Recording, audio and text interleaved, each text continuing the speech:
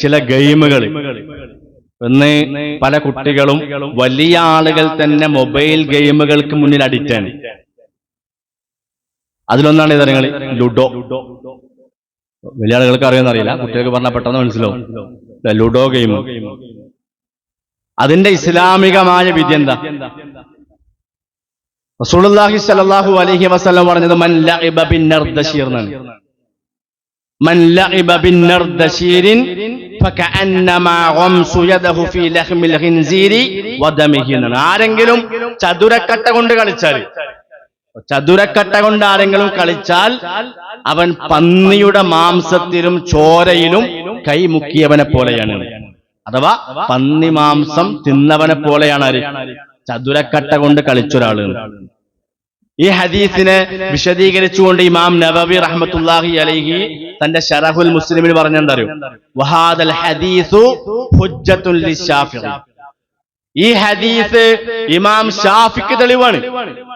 വൽ ജുംഹൂർ, ഭൂരിഭാഗം പണ്ഡിതന്മാർക്കും തെളിവാണ്.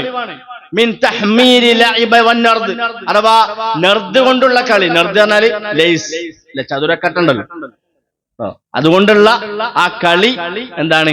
അത് ഹറാമാണ് എന്ന കാര്യത്തില് ഈ പണ്ഡിതന്മാരൊക്കെ എന്താണ്?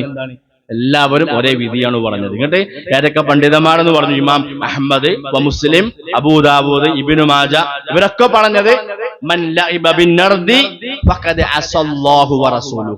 ആരെങ്കിലും നർദ് കൊണ്ട് കളിച്ചാൽ, ചതുരക്കട്ട കൊണ്ട് ആരെങ്കിലും കളിച്ചാൽ ഫഖദ് അസല്ലാഹു വറസൂലുഹു, അവൻ അള്ളാഹുവിനെയും റസൂലിനെയും ധിക്കരിച്ചവനായി.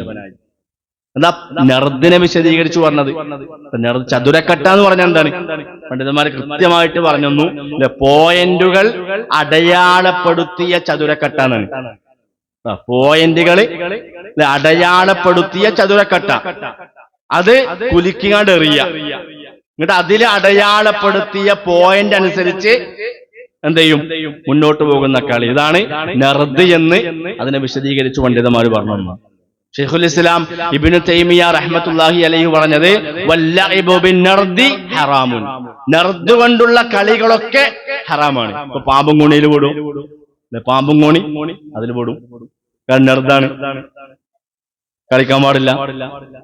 എന്നിട്ട് പറഞ്ഞു വഇല്ലം യകുൻ സമനുൻ ഔ അറദുൻ, കാശ് പൈസ വാങ്ങാതെ കളിച്ചാലും ശരി, പൈസ വാങ്ങിയ ഒരാൾ കളിക്കാണെങ്കിലും ശരി, രണ്ടും എന്താണ്? രണ്ടും ഹറാമാണ്. ഇന്ദ ജിമാഇൽ ഉലമാഇ, ഭൂരിഭാഗം പണ്ഡിതന്മാരും അത് ഹറാമാണ് എന്നാണ് പറഞ്ഞത്. നാല് മദ്ഹബിന്റെ ഇമാമുകൾ അത് ഹറാമാണെന്ന് പറഞ്ഞു. ശൈഖുൽ ഇസ്ലാം ശൈഖ് ഇബ്നു ഹജറുൽ ഹൈതമി റഹ്മത്തുള്ളാഹി അലൈഹി ഇത് വൻ പാപമെന്ന് പറഞ്ഞു. അക്ബറുൽ കബായിറാണ്, വൻ പാപങ്ങളിൽപ്പെട്ട ഒരു പാപാണിത്, ഈ നർദ് കൊണ്ടുള്ള കളി എന്ന് ഇബ്നു ഹജറുൽ ഹൈതമി റഹ്മത്തുള്ളാഹി അലൈഹി പറഞ്ഞതായിട്ട് കാണാൻ പറ്റും.